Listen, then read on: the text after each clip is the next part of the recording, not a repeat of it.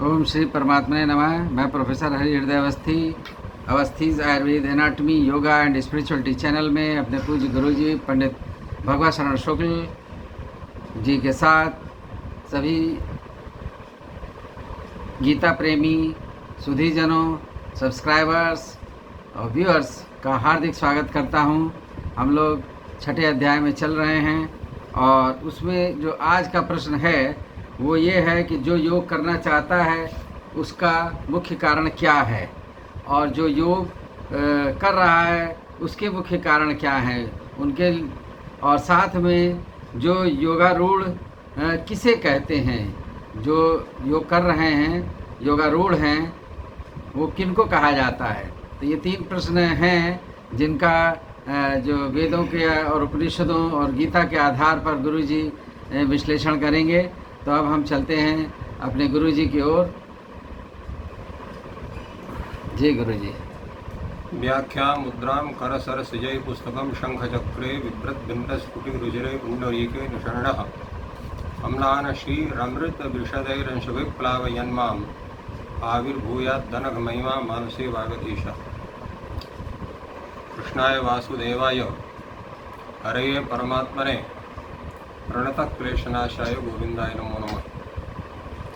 इस चैनल का अवलोकन कर रहे सभी विद्वद्गण, सभी छात्रगण एवं सभी सज्जन वृंद और इस चैनल के संस्थापक तथा संचालक आचार्य हरिहृदय अवस्थी जी, आपके आज तीन प्रश्न हैं। जो व्यक्ति योग करना चाहता है वो क्यों करना चाहता है, उसका मुख्य कारण क्या है, और जो योग व्यक्ति कर रहा है तो योग उसके करने का मुख्य कारण क्या है, क्यों योग करना चाहता है। तीसरा प्रश्न यह है कि जो योग कर रहा है उसका स्वरूप क्या होना चाहिए, किस अवस्था को प्राप्त करने पर वो योग करने का अधिकारी बनता है। इनका सबका विवेचन गीता के आधार पर किया जा रहा है। ये दो श्लोक हैं इन तीनों प्रश्नों के उत्तर में, गीता के 6वें अध्याय के 3रा और 4था। आरुक्षोर मुनेर योगम कर्म कारण मुच्यते योगारूढ़स्य तस्यैव शमः कारण मुच्यते यदा हिनेन्द्रियार्थेषु न कर्मस्वनुसज्जते सर्व संकल्प संन्यासी योगारूढ़स्तदुच्यते।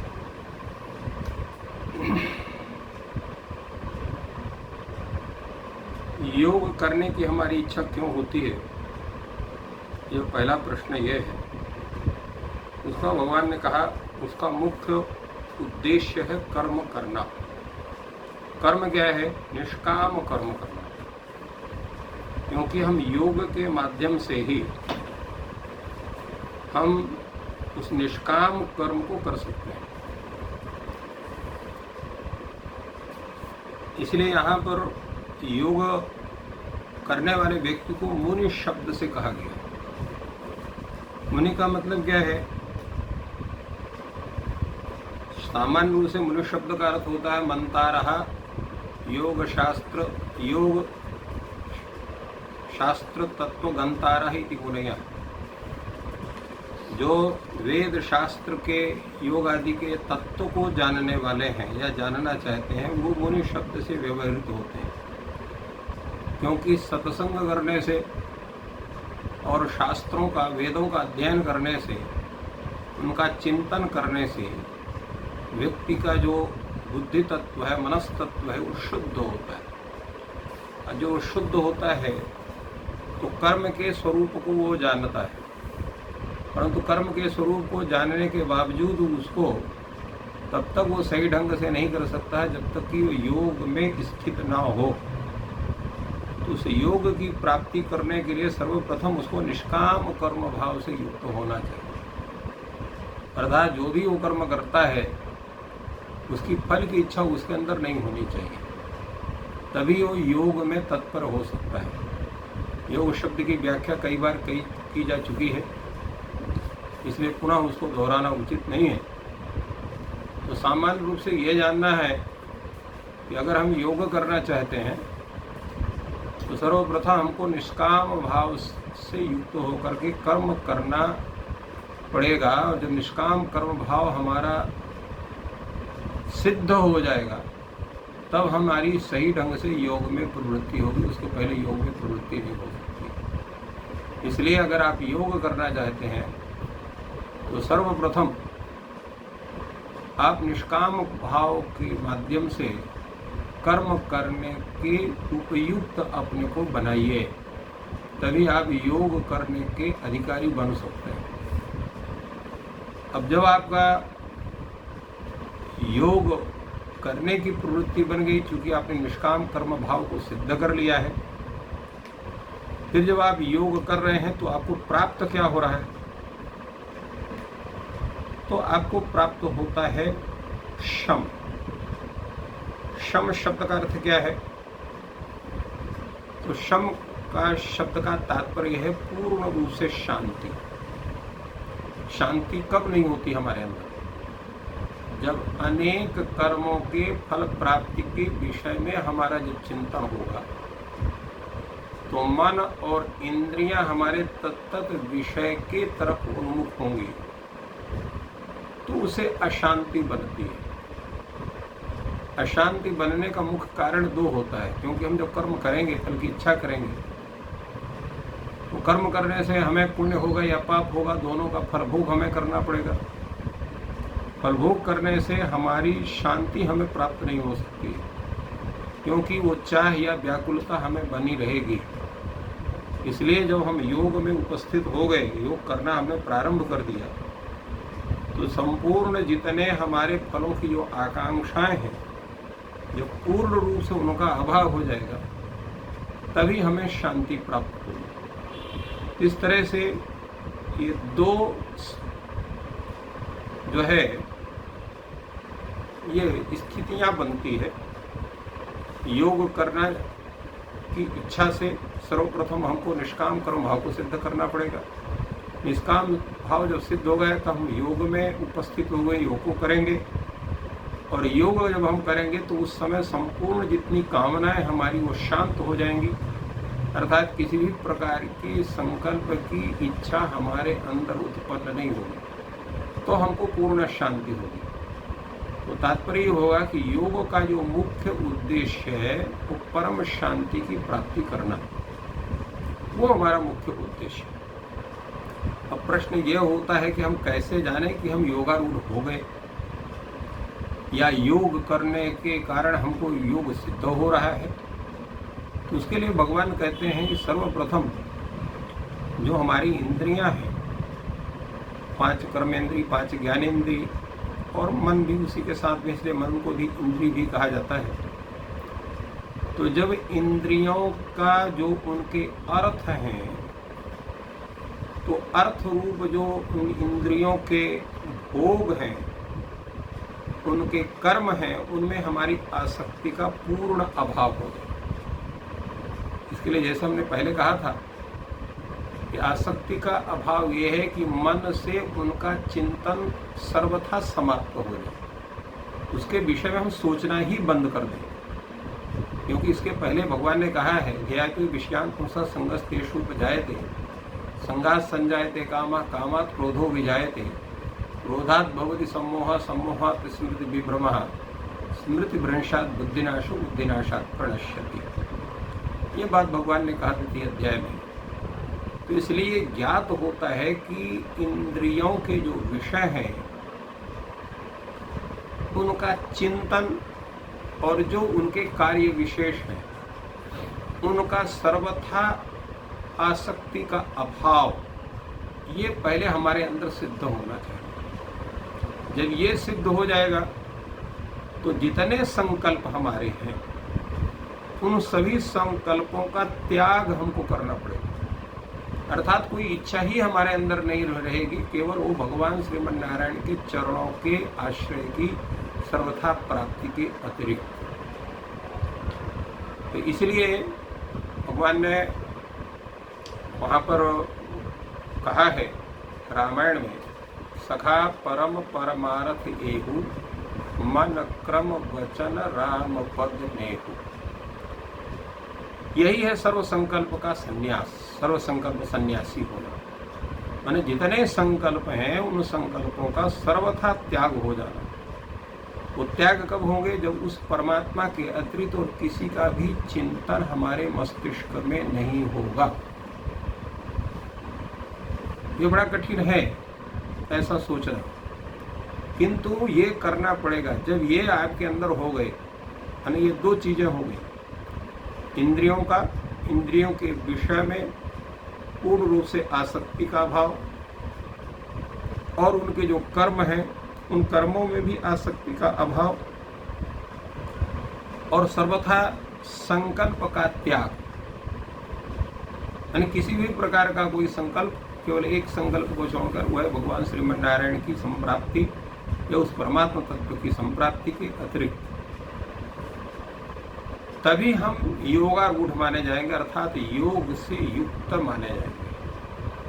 क्योंकि प्रत्येक दर्शन का जो मुख्य उद्देश्य है वो क्या है? परम तत्व की संप्राप्ति। वो परम तत्व जो है कहीं पर वो निर्गुण रूप में है, कहीं सगुण रूप में है। जो निर्गुणोपासक हैं उनके वो जो है वो परमात्मा जो है वो निर्गुण रूप में उसके सामने उपस्थित होता है। उसका कोई स्वरूप है, न कोई आकृति है उसकी, न कोई वो निर्गुण है, निस्वरूप है, सर्वत्र व्याप्य है, प्रत्येक कण कण में व्याप्त है। इस तरह से उसकी परिकल्पना करते हैं। और जो सगुण ब्रह्मोपासक हैं उस परमात्मा तत्व को कहीं वो उसको कृष्ण के रूप में, कहीं राम के रूप में, कहीं नारायण के रूप में, कहीं शिव के रूप में इत्यादि रूप में उसको भजते हैं। ये सनातन धर्म की एक सबसे बड़ी विशेषता ये है, वो किसी भी देवता का उपासना कर सकता है। प्रायः लोग आपत्ति करते हैं क्योंकि अन्य धर्मों में केवल एक ही तत्व है, कोई उसको किसी रूप में भजते हैं, कोई किसी रूप में भजते हैं। सनातन धर्म का ये स्वरूप है कि किसी भी देवता की आप आराधना करेंगे, वो आराधना आपको उस परमात्मा तत्व जिसको हम लोग भगवान श्रीमन नारायण कहते हैं, उन्हीं की आराधना बन जाती है। इसके लिए एक बड़ा सुंदर एक उदाहरण है, और उदाहरण ये है कि आकाशात पतितं तोयम यथा गच्छति सागरम सर्वदेव नमस्कारः केशवम प्रति गच्छति। अर्थात जैसे आकाश से जल गिरता है तो नदी में भी गिरता है, तालाब में भी गिरता है, सामान्य जगहों में गिरता है, परंतु प्रत्येक स्रोतों से बहता हुआ अंत में जाकर के समुद्र में ही पहुंचता है। बीच में कहीं ठहरता नहीं, अगर ठहरता है तो कुछ दिन के लिए ठहरता है। उसी तरह से चाहे किसी भी देवता को आप प्रणाम करें, जो सभी देवताओं में भी वो परम तत्व व्याप्त है, उस व्याप्त परमात्मा तत्व के को ही वो संपूर्ण आपकी आराधना संप्राप्त होती है। इसलिए ऐसा नहीं है कि किसी इसी देवता की आराधना करिए, उसी देवता की आराधना करिए। अब ये एक अलग बात है कि साक्षात उस परम तत्व को ही अगर उपासना करता है, उसकी शीघ्र उपस्थिति होती है वहाँ उसके आराधना की। जो अन्य देवताओं की आराधना करता है उनके द्वारा उनकी उपस्थिति होती है। तो साक्षात और किसी माध्यम से, तो ये दोनों मंत्र है। इसलिए जो भगवत प्राप्ति के इच्छुक हैं, जो उस परमात्मा तत्व को साक्षात प्राप्त करना चाहते हैं, उस परमात्मा तत्व का साक्षात उसको उनका भजन करते हैं।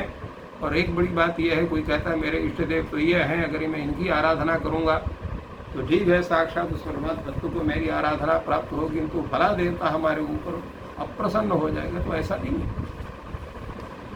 उस परमात्मा तत्व की आराधना करने से प्रत्येक देवता स्वतः प्रसन्न होते हैं। तो इस कारण से आपको केवल क्या करना है कि संपूर्ण इंद्रियों के विषयों को, उनके ऊपर आसक्ति का अभाव, उनके जो उनसे संबद्ध जो कर्म है उनमें आसक्ति का अभाव होना, और साथ साथ हमेशा सभी कालों में ऐसा नहीं होना चाहिए कि प्रातः काल आप आसक्ति करें, सायंकाल या मध्याह्न में आप जो है अनासक्त भाव से रहें। तो प्रत्येक समय में, पूरे समय में आपको जो है अनासक्त भाव से उपस्थित रहना है। सभी प्रकार के संकल्पों का त्याग करके उस परमात्मा तत्व में ही अपने सभी इंद्रियों को, मन को, बुद्धि को, अहंकार को चित्त को सबको वहाँ पर समर्पित करना है। तो जब ये स्थिति होगी तभी आप योग रूढ़ कहे जाएंगे, और जब योगारूढ़ आप हो जाते हैं तब आपको परमात्मा तत्व स्वतः प्राप्त होता है। तो ये इन प्रश्नों का एक सामान्य रूप से उत्तर कहा जा सकता है। तो गुरु जी ने बहुत ही सुंदर विवेचन किया कि निष्काम कर्म ही मुख्य कारण है योग को करने का और योग में आरूढ़ होने के लिए। निष्काम का एक अर्थ ये भी है कि बिना किसी कामना के या परमार्थ के लिए, यानी कि दूसरों के हित के लिए जो काम किया जाता है, अपना हित और अपने परिवार, अपने सगे संबंधियों का हित छोड़ करके, मतलब खाली उनका हित ना हो, वो भी उसमें समाहित होते हैं, ऐसा नहीं है, लेकिन व्यापक रूप से सभी के लिए जो कर्म किया जाए लाभ के लिए, सर्वजन हिताय सर्वजन सुखाय की जो भावना है, उसमें जो कर्म किया जाता है वो ही योगारूढ़ का प्रमुख लक्षण है। तो अब मैं गुरु जी से चाहूँगा कि वो ये जो जितनी चर्चा हुई है उसे 2 मिनट में सारांश बता दें कि आज की जो चर्चा हुई उसका उपसंहार क्या है। ये जैसा हमने बताया कि ये जो तीनों उपाय हैं, 3 में 2 और इसके बाद उसका जो स्वरूप, उसका लक्षण है, वस्तुतः है ये सीढ़ियाँ हैं। ये जो हम लोग अपनी भाषा में स्टेप बाय स्टेप, सर्वप्रथम हमको अपने निष्काम कर्म भाव की सिद्धि करना चाहिए। अगर हम योग करना चाहते हैं, निष्काम भाव आपका सिद्ध हो गया तो फिर इसके बाद उस शांति की प्राप्ति करने के लिए आपको योग करना चाहिए, तब आप योगारूढ़ बनेंगे। योगारूढ़ बनने का वही लक्षण है कि जब हमारी इंद्रियां अपने उनके जो विषय हैं, 5 कर्मेंद्रियों को, 5 ज्ञानेंद्रियों के, उनमें उनकी आसक्ति नहीं रहती, तत्संबंधी जो कर्म है उनमें भी आसक्ति नहीं रहती, और जितने भी हमारे संकल्प हो सकते हैं, इच्छाएं हो सकती हैं, उनका जो सर्वथा त्याग हो जाता है, तभी हम योगारूढ़ कहे जाते हैं। इसका संक्षेप में कथन माना जा सकता है। अगर आपको ये योग विषयक और गीता विषयक और गीता पर चर्चा सुंदर लग रही है, अच्छी लग रही है, तो अपने मित्रों के साथ जो है इसको शेयर करिए लिंक को, और जो है जो हमारा चैनल है उसको, और जो न्यू व्यूअर्स हैं, जो नए दर्शक जुड़े हैं, वो भी कृपया चैनल को सब्सक्राइब कर लें, जिससे कि ये ज्ञान, जो निःशुल्क ज्ञान गुरु जी दे रहे हैं निष्काम कर्म भावना से, कि सभी को ज्ञान प्राप्त हो, सबको सुख मिले और सभी का हित हो, तो वो गुरु जी का जो भावना है वो पूर्ण हो सके। Thank you all.